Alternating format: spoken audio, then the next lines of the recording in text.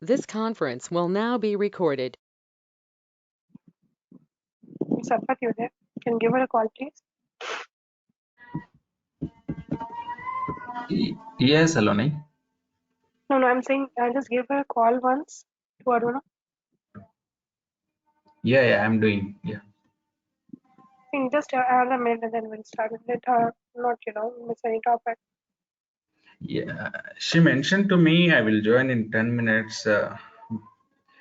She went outside for groceries due to lockdown in that area. So she will join shortly. I'm Okay, checking let's with her. see another minute. Yeah. Let's give Mm. her a minute here and there. It will not make much an issue. It's okay. We'll wait. Just 2 minutes more. We'll wait. Soon. If she doesn't join, then we'll start.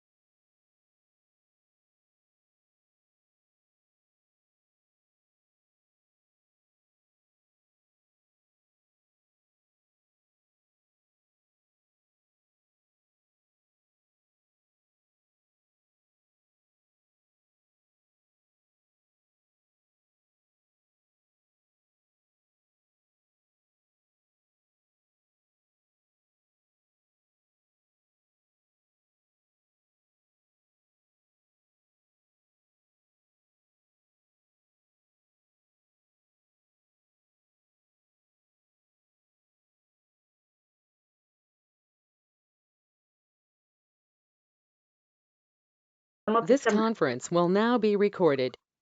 Sure. Yeah. Then what about you? Do you have any query? No, I don't. Okay. So then in that case, let's proceed further because let's see the next topic. So now what we have to do is, now we have to go a little bit further down, drill down into the tool to understand it much better.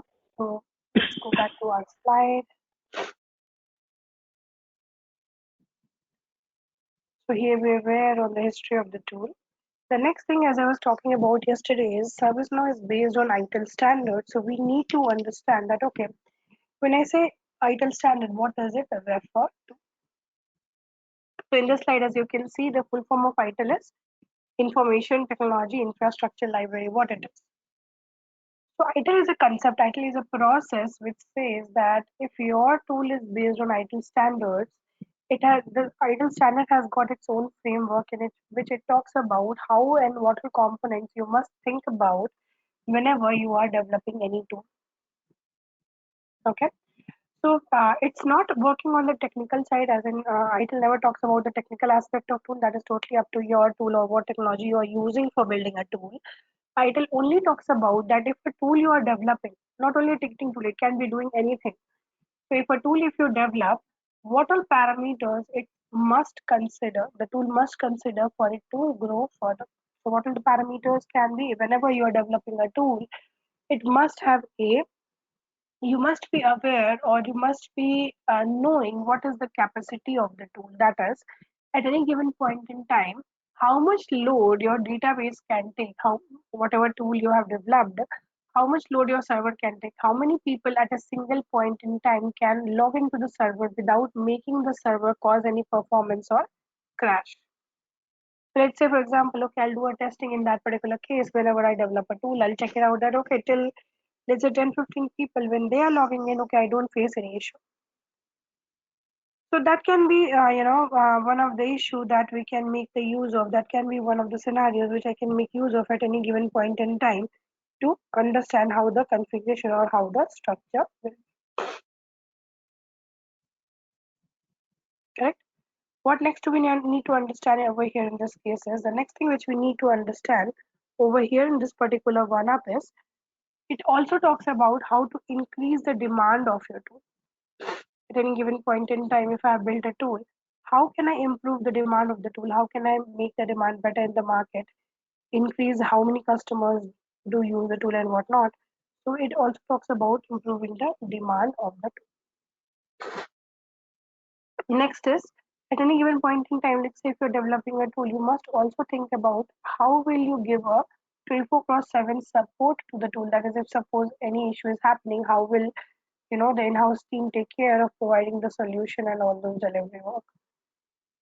So overall, what I can say is that overall at any given point in time, I can say is that all these processes, how are they helping us? Is all these processes, they are helping us to make our tool get more feasibility or get more market in the tool at any given point in time. Make sense?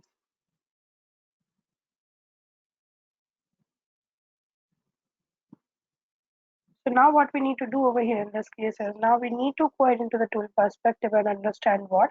Now we need to go over here into this particular perspective and understand that, okay, at any given point in time, whenever we are doing the configuration, whenever we are doing the behavior over here in this case, we must go ahead into the tool perspective and understand if a tool is based on the ITIL standard, ITIL has got its own life cycle process. It has got stages in which, for example, it has a stage called design, it has a stage called maybe testing and all those stuff. So once your tool passes on through an ITIL concept with all these stages, what all benefit your ITIL is giving it to you, obviously the same benefit gets passed on to your tool because the concept has been utilized. So ServiceNow is based on ITIL. So some of the benefits to mention, as I talked about, it helps you in understanding the capacity and the demand of the tool. It provides you an idea that, okay, whenever you're developing a tool, always have the data backup in XYZ location too, as in don't keep the data at a single location, because what if that particular location has some natural calamity? It will always be better that you keep yourself with the data backup, so that if the location A has some issue, you just change the pointer to location B, which gives continuous data availability, continuous support to your customers. So obviously in that case, the customers will be more happy if the service is available 24/7. So now, because of these, what benefits does it pass on to your tool is, these are the benefits which ITIL has, and obviously ServiceNow also has, because ServiceNow is based on the ITIL framework. So what will it has? It provides you customer and user satisfaction. Why? Because as I told you, the DB backups and all those are there. So obviously rework will get reduced. We'll be thinking about the capacity and the demand of the tool beforehand. So again, we'll be prepared with how much load we can put it on the server. So because of which now the DB performance will be deteriorated. DB performance will be improved. If improved, the financial saving will be more. Customers will be more happy, more satisfied with the service. The time to the market will be better. Your financial saving will be better, because of which the risk involved will be quite low, because all these aspects, the capacity and all, beforehand, you're beforehand only prepared how to sell off your tool, how much the tool can take the load on. Based on that, you're selecting the organization or letting them know that, okay, this and this server has only bandwidth of this many users or this many people at a given point in time. So these are some of the benefits to mention over here. Any query till here, guys? So all you are explaining about high level of tool with respect to ITIL, correct? Yeah.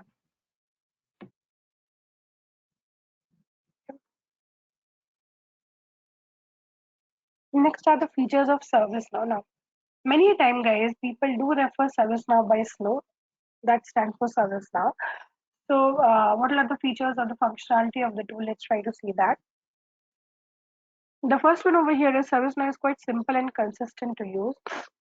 That is, if you'll see the tool UI, if you know the processes, like Sinvil was talking yesterday, like I want to create an incident or a service request.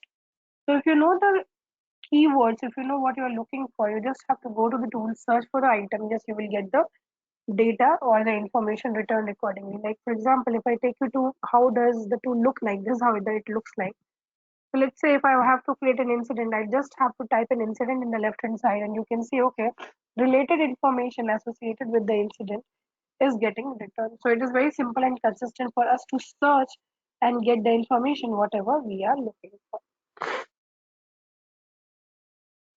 Next is, it is very flexible. How the flexibility and how easy to integrate is going to work upon, that will be covering at the time of integration. There I'll be showing it to you how easy or how flexible the tool is whenever it comes to communicating, or whenever it comes to make the tool do any kind of communication, any kind of data analysis work with one tool with reference to another.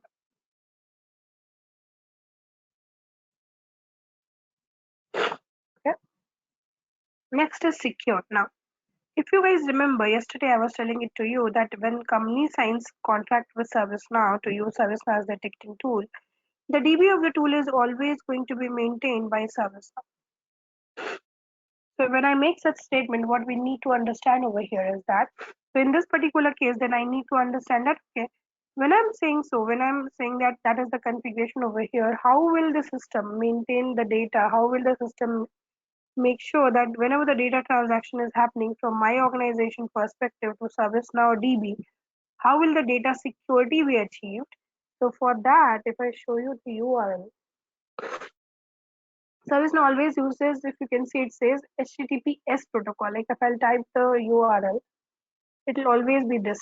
It always does the communication through HTTPS protocol. So through this, it provides you what? Through this, it provides you the data security.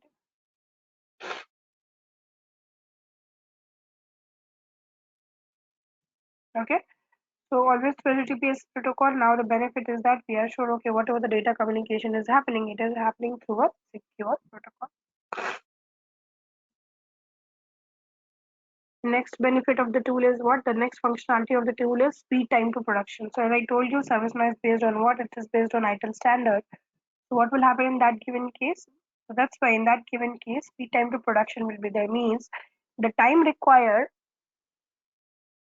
for rework will be reduced, as I talked about in the previous step. The rework will be less. Because the rework will be less, obviously the speed time to production will be there. Means the tool will be delivered at a much faster rate. Because why? Because already we would have thought about all the technical aspect as well as all the process aspect of the tool while designing phase only. So that's why the speed time to production will be there, which is because it is reducing the load on the rework of the tool. Are we making sense here, guys? Yes, Saloni. Okay. Now, this slide becomes a very important one. Here, what do we need to understand is that here in this particular one, we need to understand over here in this case, how is the UI or the designing, or how is the entire architecture of the tool design or structure. What is UI, guys? User interface. What does that mean? Means how are the customers going to view or see the data, correct? So yesterday you were saying that you are not going to cover the UI part. Is that related to the? No. So I was talking about how it is designed, what code is written in the backend of it, that I'll not be covering. But again, even if I'll not be covering that, but how to customize the UI. When I say not the web page designing, but adding items into the UI and all those I'll be showing you. But web page designing I'll not be showing you. Okay. So we need to understand this slide. There is not only for your interview, but also for your certification purpose. That is, how is the tool architecture structured? Sorry to disturb, Saloni. One more question here. You mentioned that you're going to cover background, how the tool is going to be coded. So is it related to development, ServiceNow developer course, or is it entirely different? No, it is related to ServiceNow developer course. Okay, but you are going to give us like high level of what is ServiceNow designer developer course, but not the details, right? No, I'm going to cover everything for you related to developer. Be it your understanding the admin part of the developer role. Let's say, for example, if I talk about my current situation, in my company we also provide L2 and L3 both of the tools. We go into shifts and all. That's how my current organization is structured. That is, we have not hired L2s. We only go into shift because obviously we are developers, so we understand in and out of the tool better. So that's we work in that case. So in that case, what all is my job responsibility? Be doing the development as I talked about yesterday. As part of this course, because it is a 30 hours course, as part of this one, we'll be learning the scripting, we'll be learning the admin, plus we'll even be learning each and every aspect of integration. How will you integrate your service now with any third party tool? Okay, that means the developer things related to administration you are going to cover. No, it means all the developer scripting I'm going to cover. See this. Okay, so if I complete this course, if I'm familiar with all the topics, if I'm practicing good, then I can apply for developer position as well. Yeah. Okay. My only target is developer only. As I was saying yesterday also, I really feel that admin, has a very limited scope. So my target over here is going to be totally developer. Okay, but you parallelly you will be covering administration as well. I'll be showing you both the aspects for sure. Okay. But because this training is extensively, as I talked about, that we'll be writing the scripting, each and every aspect, plus the integration. So obviously, scripting and integration is going to be part of your developer, correct? So okay. Even though you would have touch-based admin, obviously, because admin is the baseline, but I would say that as part of this course, when you have gone through it and if you're practicing stuff, don't waste, the learning which you'll be having as part of this. I would say apply for developer role only. Okay, so while you are giving materials and all those things, could you provide us if you have more material related to administration, could you please share us both? We will be doing. So what, as I talked about, admin is nothing but maintaining the tool. Like for example, if I talk about admin responsibility, it is not a documented kind of stuff. It's something like this. Like let's say for example, a tool is there. What is the admin person who is going to maintain the tool as it is? So let's say if I'm the admin of a tool, let's say in ServiceNow in specific, what I'll have to do is I'll have to help the customers on the day-to-day level basis. I have to do a starting R&D. For example, a customer says, okay, whenever I'm doing an incident submission, the submission is showing me some error. So you have to do for them the initial round of R&D. You have to prepare the RCA documents in which you will mention, okay, the person does X, then Y, then Z. And it is showing so and so error. So the initial analysis is what you are going to do as a as an admin person. So again, even there also you do need to know the basics of the scripting, correct? Your advanced scripting you are not going to write, but for sure you have to know the scripting of ServiceNow. Only then you can do the R&D, correct? Okay. If you don't know the basic syntaxes and all of ServiceNow, how will you help the customers out? Yeah. Okay, so that's the responsibility over here in this case. Okay, so coming back over here to this particular UI, what do we need to understand is that if you see the top of the structure, I've kept on the top layer the UI, that is the user interface. Why have I kept it over here on the top layer? Is just to make you understand that if person is going to play the responsibility of an end user or customer, they don't have to understand how the backend of it is designed. They only, the customers or the end users of any tool, they only bother about their user interface, means the interface through which either they will be accessing the data or they will be pushing, that is inserting or updating the data. So an end user access is only limited to the top layer, that is the user interface. Like for example, this is the user interface for me. When I go here, this is the look and feel of it. I can see the data. Similarly, if I want to create, yes, I can go to that particular label and create the data format. On the same layer, I have given these two. So what are these two? These will be used for integration. Integration means what?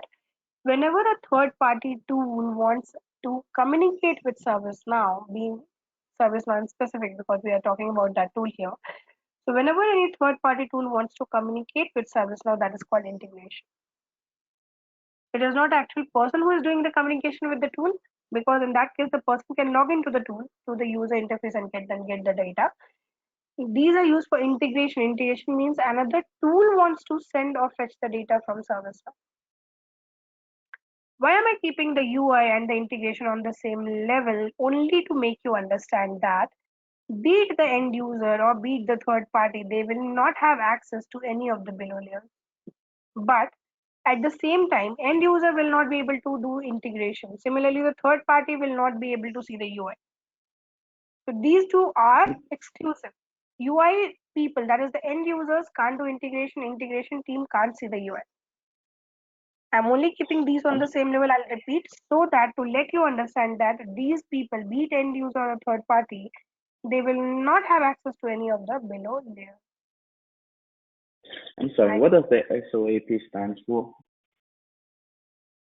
Which one? SOAP and all, we'll cover that later. I'll not go into that right now because we still don't know the basic ABC of the tool. We'll be seeing that, but I just wanted you to understand what I just wanted you to understand over here in this given case, how the configuration is going to be. What is the usage I of it? understand, but I just want to know the meaning. Is that the SOAP mnemonic for something? stands for, yeah, Simple Object Access Protocol. So I'm really not sure whether it gives you any idea. Obviously, it will not be. So that's why I don't care about it right now. Anyway, we'll be seeing it at a later stage.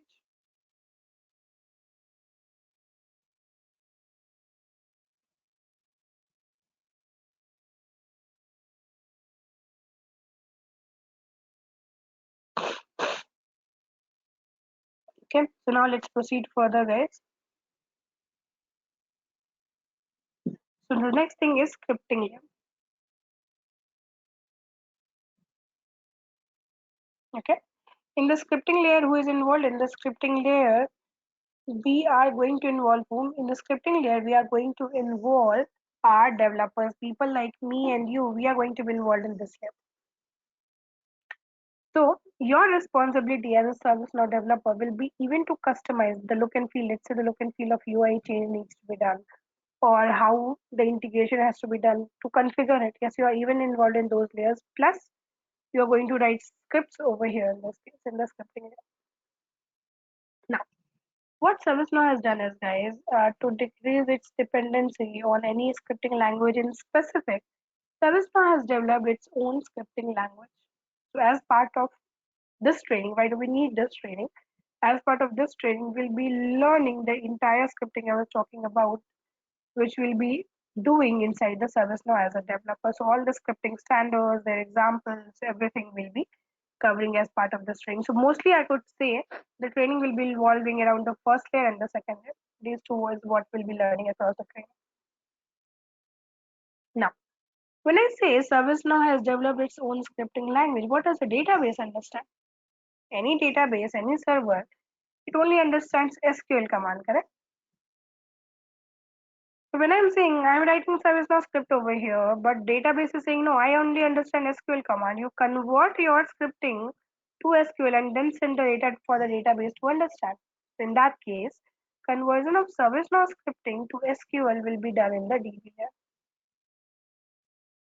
Who has access to the DB layer in the database? The last two layers access is only limited to the ServiceNow parent company. The last two layers access, even though I'm developer, I can't access these two layers at any given point in time.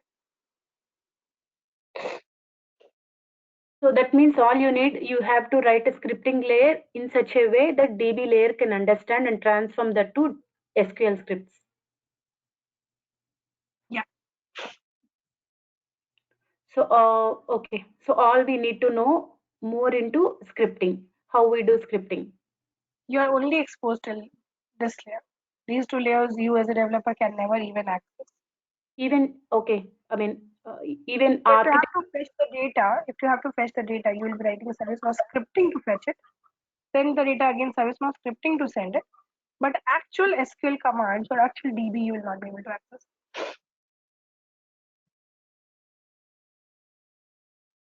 You were saying something, I don't know. What? no, yeah. So that means even architects also doesn't have access to this DB layers and database. Any level in ServiceNow, they will have access until scripting only. Yeah. Okay. If it is ServiceNow parent company employees, they are responsible for the last 2 layers. So any DB issue, if it happens tomorrow, we will just have to raise a ticket with ServiceNow. They will have to take the ownership of providing the solution. Okay.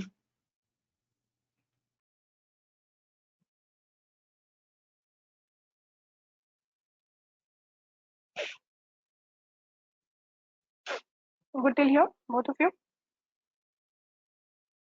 Yeah, I'm good. Okay. Proceeding further, what I wanted to cover is what are the key applications of the tool. I would not say these are the only application. Obviously, if the tool is being bought by the company, we have a number of other applications too, which we'll be seeing across the training. I'm starting with these key applications only for you to first understand the tool much better as an end user perspective. Then we'll go into the technical aspect of it. So mostly I would say 90% of the time your organization is using ServiceNow for making usage of all these key applications, key features in here. So what are those are? Incident, problem, change, and service catalog.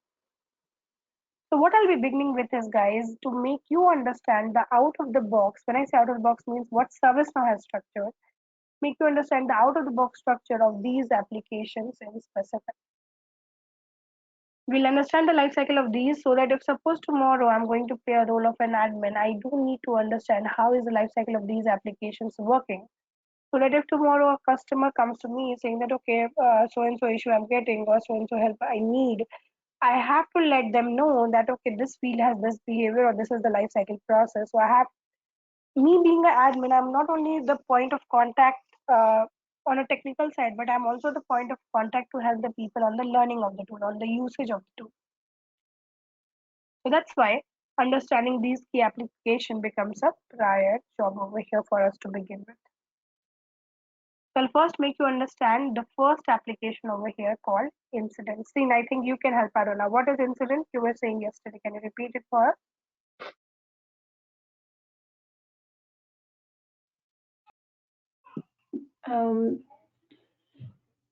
Seen, I'm really sorry. I just, Aruna, just 1 second. Seen, really sorry. I just saw your message right now. Did you miss something? Do you want me to repeat, Sin? I'm just gonna listen to the recording. Like, So sorry. Actually, yeah. I was talking most of the process side. So see, guys, going Say it again? further, what we will, no, I'm just saying that I was just talking about the process side. So that's why, I'm just explaining Yeah, I you was the really, concept because over here we don't have the examples and all. Yeah, please go ahead. yeah, I was trying. Yeah, I understand. I was trying to get it, but I just needed to slow down a little bit for me so I can grab everything. But We will take care of it as in once we go into development, when we'll be writing scripts, we'll be writing each and every line. I'll be explaining you those. So at that time, yeah, it will be much at a lower pace because we'll be doing something technical over there. So right now I'm just talking about the definition. So yeah, I do understand your concern and obviously going further, I'll take care of it. But yeah, I do hope that you have not missed any of these understandings. Do you want me anything to be repeated here, Sin? I'm gonna listen to the video, and if I have questions, then I'll ask you tomorrow. Okay, sure. Yeah. So can you help us in understanding what is incident? I think you have gone through it already, correct? What is an incident when we create one? Internet are like issues that the end user is facing. Perfect. If anyone is facing any kind of issue, they do what? They prepare or they raise an incident. Now, can you guys think about in an organization, shall we make anyone create the incident or shall we limit it only to some specific people? An ABC company, if all of us are working, should incident creation be exposed to everyone? Everyone in the organization should have access to create incident or only to some specific people with some role? What can you think about, guys? What was the question? Should everybody be exposed to the incident, or should it be some specific people? Is that what you're asking? I'm asking is this incident application, should I expose it to everyone in the company or should I make it some technical team limitation? That is, should I say that only technical team should be able to create incident or should No. everyone in Should the be company be everybody. allowed to create? Everyone in the company has to have access to incident, right? Otherwise, how can they communicate what the issue they're facing? Correct. Sin, do you also agree here? Okay. Yes, I do. Right? Because anyone can face an issue in the organization. So obviously I can't limit the people who can face or who can raise the ticket. It quite makes sense that everyone across the organization should be able to report an incident when they face issue of certain kind. So if I'm end user, let's say maybe my laptop is broken. So what will happen in that case? Once I raise the incident, the concerned technician team. Let's say, for example, in my case, the IT support desk team will take up the responsibility of looking into my laptop to see, okay, what has been broken, what not, and providing me the fix accordingly. Right? So it totally depends on what is the issue, what is the criticality of it, which team is responsible enough of working on such kind of issues. Those team will come forward and try to provide you the required solution. Okay. So let's start, guys, with understanding the entire life cycle of incident. Now, before I do so, one more thing over here. If you can see, this is how my URL looks like. This is the website. Both of you may have a query that, okay, once I'll start the development work, as I told, I'll be giving you guys regular assignment. And I'll really be appreciating if you guys can do that assignment, provide the solution. What guys, mute your line. I'm getting disturbance from one of yours. So now, when said so, what we need to understand in here is that at any given point in time, okay, how will you get a URL like this so that you can practice your day-to-day job, whatever has been assigned to you? ServiceNow says for the learning purpose, there is a website actually called developer.servicenow.com. What you guys have to do is you have to go to this particular website and register yourself. Okay. Once you register yourself over there, then you will get, once you log into, after registration, once you log into the website, it will give you an option called request your own instance. Shin, can you please mute your line? I'm sorry. At any given point in time, what you'll have to do is once you go to this particular website, it will give you an option, as I told, called request your own instance. That's what you will have to click on. When you click on that, it will give a dedicated URL only for your learning to you. Now, these URLs, when you go to that website and get a URL like this, these websites are free of cost, but because it is free of cost, it should only be used for training and the learning purposes. We should never be using these websites for the customers. The AVC company should never be using any such website, because in that case, your service now can have cause an issue for your company. Obviously, it's not that way it is designed. That means each company or each organization will maintain dedicated ServiceNow URL for their organization. And Saloni, one more question. So it's not a tool; it's a just URL. In that URL, I mean, I'll go to that website and I'll register and I'll use that. Is there any? It is a tool. So do I install anything from my side, or it's only registering the? Because if you remember, I told you DB is in scope of ServiceNow, correct? Yeah. That's why there is no such prerequisite on your end. Okay. And is there any validity kind of thing, like only 30 days trial or kind of thing, or it's unlimited? I'll talk about that. Okay. Now, because as I told you, these are the training URLs which you have got. So you have to log in once in a day to keep it active. This is only because we are getting the free of cost version. Obviously, when the company signs the contract and when they get the URL, it is a paid URL. So obviously, it has to be working 24/7. It has to be active. Because these are learning URL, these are free of cost URL. So you have to log in a day, guys, to keep it active. If I don't log in a day, it will go into the sleep mode. You can still wake it up, but if you don't log in for a week, this URL, this website will be taken back from you. Means whatever learning you would have done in this website and writing any scripting, doing some R&D, that all those data you will lose if you don't log in for a continuously 7 days.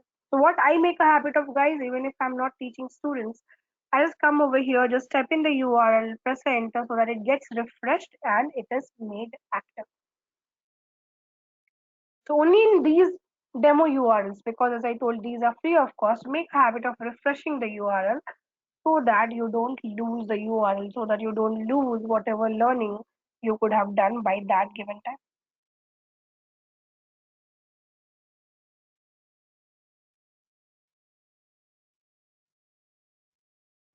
So that means if I daily log in once, I mean, how many days I'm using this one, till the time it is active? Yeah. Okay. Like I've been using this one for past 3-4 years, so I never lost the data whatever I had over there.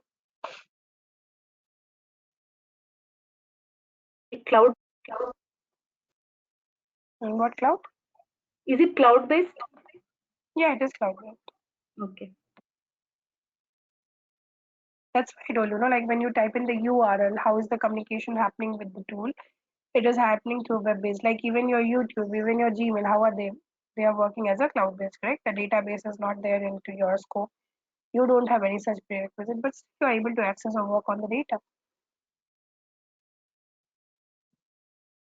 Okay, got it.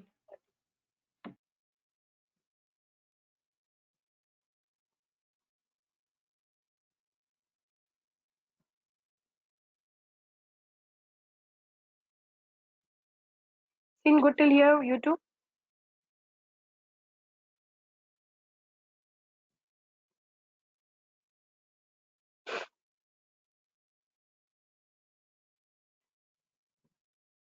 I'll take it as a yes then. Okay, so let me proceed further now. Now, for creating an incident or any application, whichever you are looking for, guys, go over here, type in the keyword like I'm looking for incident. I want to create a new one. So right now I'll scroll down. I'll directly go to this option called create new under incident. What is this header meaning? What is this one meaning? All those technical terms we'll understand slowly and steadily, not going to that. But for sure, I'll be taking care for that elaboration. So don't worry about it. Okay, so let's go over here, click on creating. So this is how the incident creation form looks like. Okay, let's begin with 2-3 fields. We'll cover that and rest we'll cover in next session. So the first field which I need to talk about over here, the first thing over here is because you are on a newer record of any table across the service now, of any application across the service now, if you are there on a new record, you will get the submit button. Because this data is still not inserted into the database, it has still not been created. So that's why we are getting the submit button over here for us. Okay, now let's try to see the fields. Let's try to understand each and every field, the usage of it. The first one is number. If you can see it, because this data is belonging to incident, so we are beginning the number with INC followed by some unique number. Anyone, any idea, guys? Why are we using number over here? Why was it required?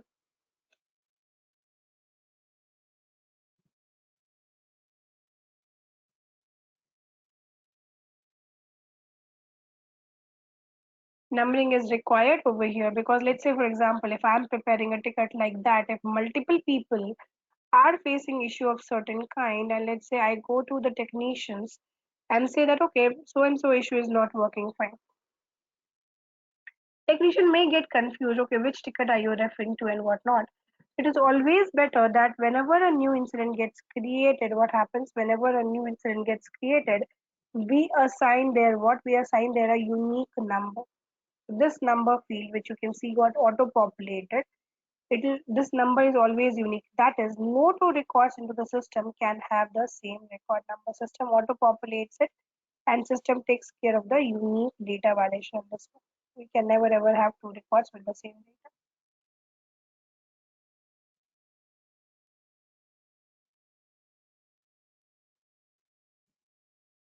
Okay. What we next need to understand over here in this particular one is that this uniqueness which has been maintained over here in the tool. Now what will happen is because a uniqueness is there into the tool,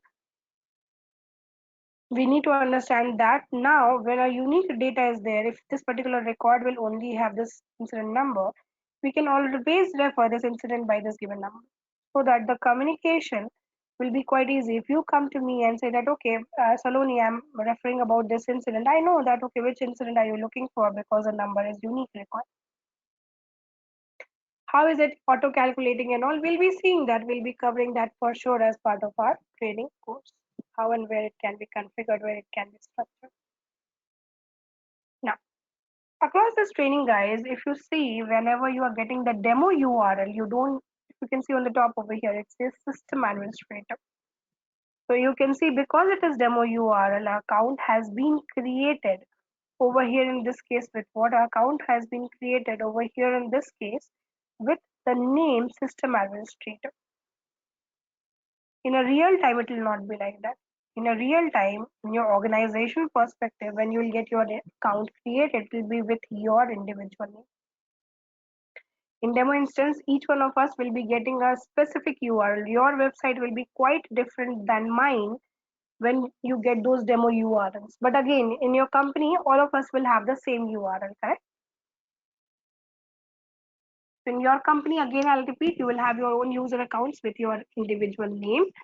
In demo URLs, each one of you will get an account with the name system administrator, and the websites will be different for demo URL.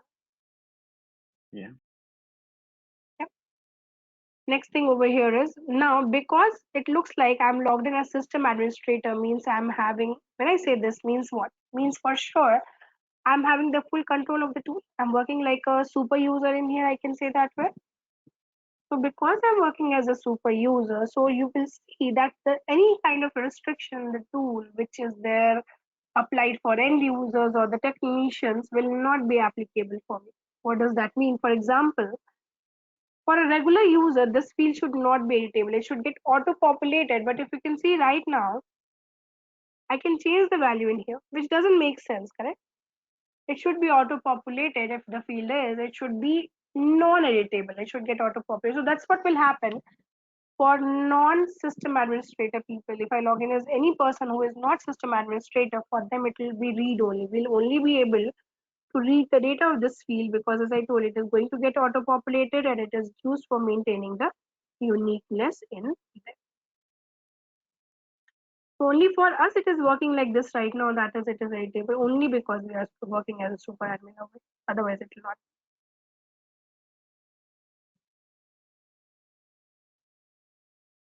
Okay, so I hope we are making sense till here, guys.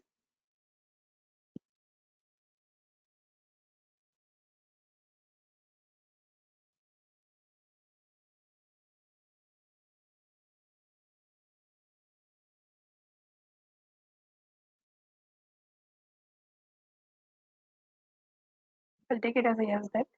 So now the next one is caller. Who is the caller? Caller means actually who is facing the issue. That particular person is the caller. So it can be the case the person who is facing the issue is creating the ticket himself, but it can even be the case that the person, let's say for example, if my laptop is crashed, so obviously in that case I will not be able to create the ticket on myself. In that particular case, for sure I'll be requesting someone else to create the ticket on my behalf. What we need to understand is that caller is no one but who is actually facing the issue will be your caller. Either you can create the ticket on yourself or you can ask someone else to prepare a ticket for you. So that's why we always need to specify whosoever is going to be the caller of the ticket. Okay.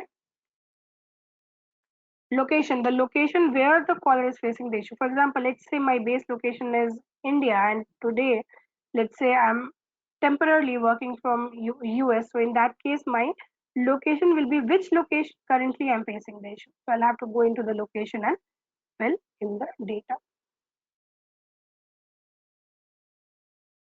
Are we making sense till here, guys? If yes, then I'll stop the class today over here as I talked yesterday itself.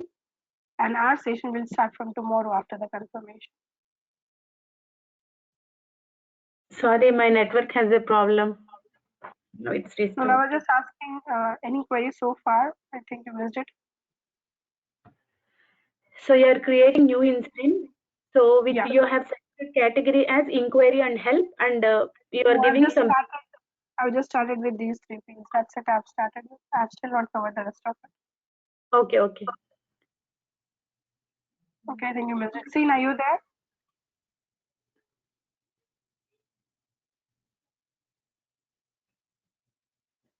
I think Hello? he's also. Yeah, yeah. Are you there? Did you Yeah. follow what I said? Yes. Yes. So location means where we are facing the issue. There we will specify the location. What is the caller? Yeah.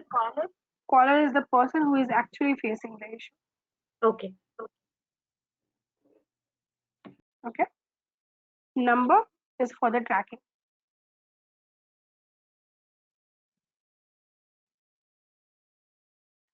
So as I told guys, we'll be stopping today's demo over here. We are done with the demo. Based on your feedback, we'll start the regular classes from tomorrow, okay?